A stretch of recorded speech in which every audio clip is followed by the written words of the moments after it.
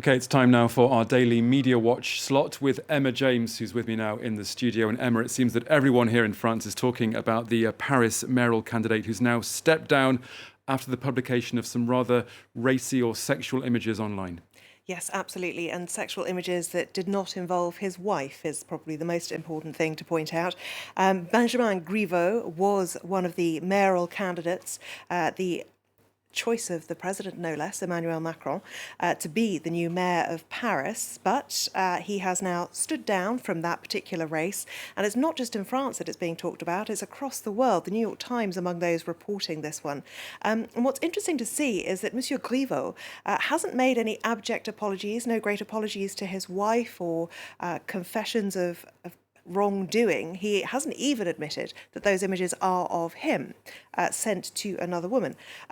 But he has displayed some anger about what he calls ignoble attacks. Now, what he says is this is the culmination of months of defamation, even death threats, as his political career has really taken off.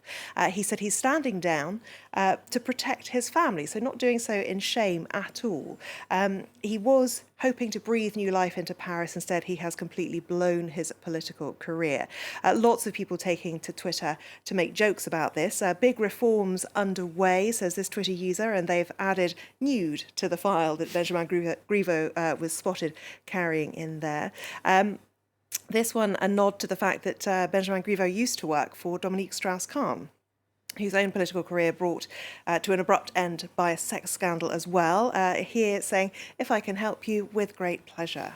Gérard Larcher is my local senator. He has this to say, because la vie privée, the idea that politicians have a right to a private life, fiercely guarded here in France, far more so than anywhere else in the world, I think it's probably fair to say. He says it's high time we regulate the torrents of mud that pour out on social networks. Freedom of expression must stop at the boundaries of private life. However, this journalist makes a good point. When you want your private life to remain private, act accordingly, because these were images and videos sent via mobile phones. And we all know how easily things are hacked nowadays, clouds and whatnot, and so you can't really argue that it's la vie privée if you've chosen to actually send these images yourself.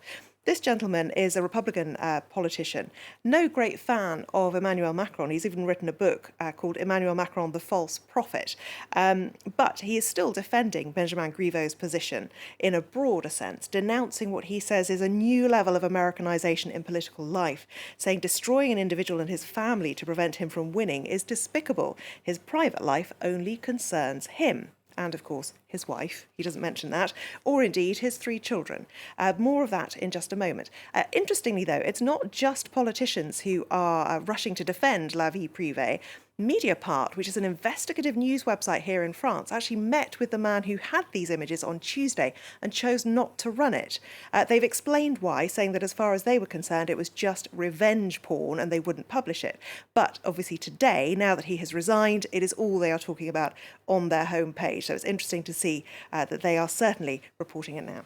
And Emma, there's also clearly a man behind this entire leak. Yes, absolutely. He is Piotr Pawlenski, a rather arresting-looking gentleman. He is a dissident artist, a Russian artist who's living in exile here in France, has been here for 2-3 years now. 35 years old. This is from a profile of him in Libération back in 2016.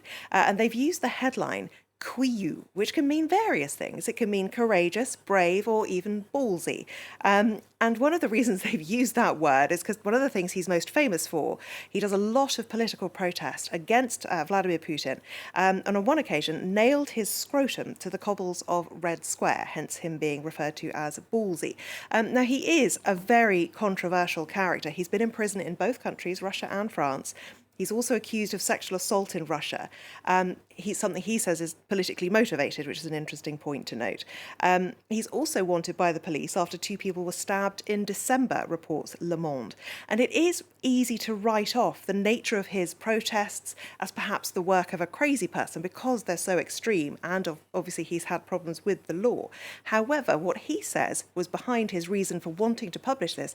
He couldn't stand the hypocrisy. Now, he cited this particular article that was in Paris Match in April of last year, 2019, where he posed Benjamin Griveaux with his wife Julia, heavily pregnant, as you see, and it talks about his two great loves, Paris and Julia, his wife. That is his third child that they are expecting there. And he basically said that he couldn't stand the hypocrisy, and politicians do rely on being seen as big family men, promoting their family, promoting their wives, some would say exploiting them, and that is why he chose to act. Okay, Emma James with Media Watch, thank you very much.